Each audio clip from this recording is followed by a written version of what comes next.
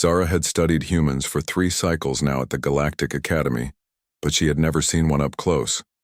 The tall, blue-skinned woman with silver hair walked down the corridor of the student housing complex, her 4 eyes scanning the room numbers, until she found 247B. Her assignment was simple enough: deliver the quantum physics notes to her human study partner, who had missed class due to what the humans called a cold. She pressed the entry chime and waited, but heard no response, so she used her override code as a teaching assistant and stepped inside. The room was smaller than her own quarters, but filled with strange human artifacts, flat rectangular devices they called books, paper sheets, covered in handwritten symbols and something that smelled oddly sweet. Amy was sitting at her desk wearing what humans called pajamas, soft blue fabric that covered most of her small frame, her brown hair tied back in a messy arrangement. When the human female turned around, their eyes met, and Zara felt something she had never experienced before. Time seemed to stop. Amy had large green eyes that widened in surprise, but there was no fear there. Only curiosity and something else that made Zara's hearts beat faster. The human was so much smaller than any being Zara had ever encountered, standing barely chest-high to the alien woman. Yet there was something about her presence that felt incredibly powerful. Amy slowly stood up, and Zara noticed how gracefully the human moved, despite her compact size. "Hello," she said, her voice soft and melodic in a way that made Zara's skin tingle. "You must be my study partner."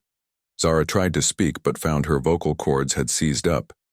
She had faced down Krillian warriors trained with the finest military instructors in 3-star systems and led diplomatic missions to hostile worlds. But one look from this small human female had rendered her speechless. Amy stepped closer, and Zara caught that sweet scent again. It was coming from the human herself, some kind of natural fragrance that was utterly intoxicating. "I brought your notes," Zara finally managed to say, holding out the datapad with a hand that was definitely trembling. "Thank you," Amy said, taking the device, her fingers briefly touching Zara's, causing an electric sensation to shoot up the alien's arm.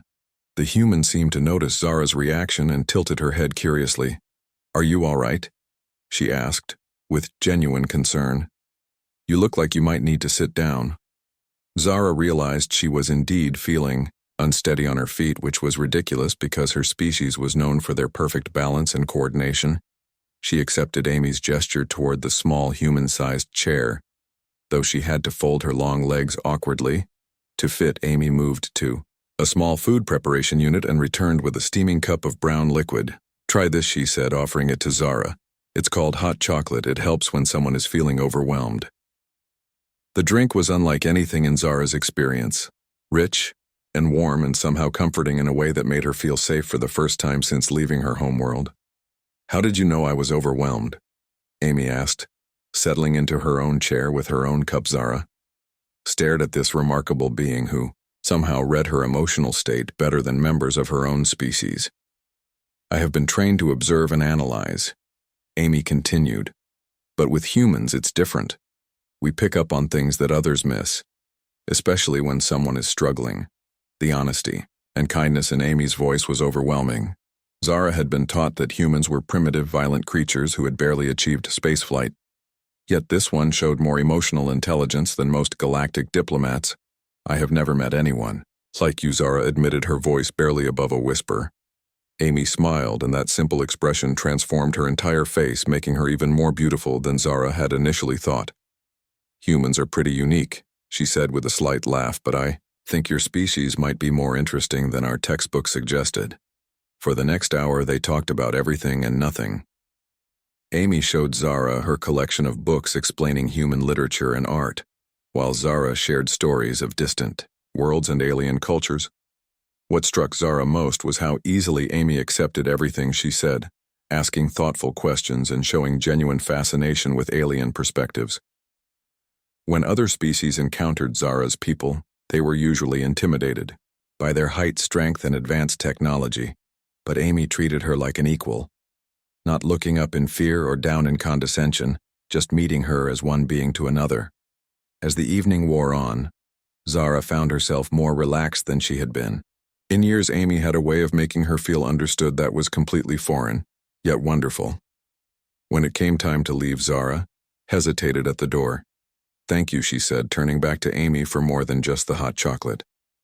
Amy stood and walked, standing close enough that Zara could feel the warmth radiating from her small frame. "Thank you," she replied, "for seeing me as more than just another primitive human." Zara wanted to say that she had never seen Amy as primitive at all, that from the moment their eyes met she had recognized something extraordinary, but the words seemed too big, too important for their first real conversation. Instead, she simply said, "I hope we can study together again soon." Amy's smile was radiant. "I would like that very much."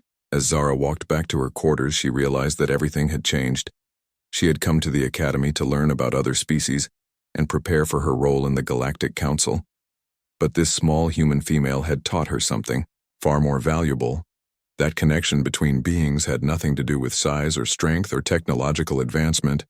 It was about recognition, seeing someone else truly and being seen in return for the first time since arriving at the academy. Zara looked forward to tomorrow.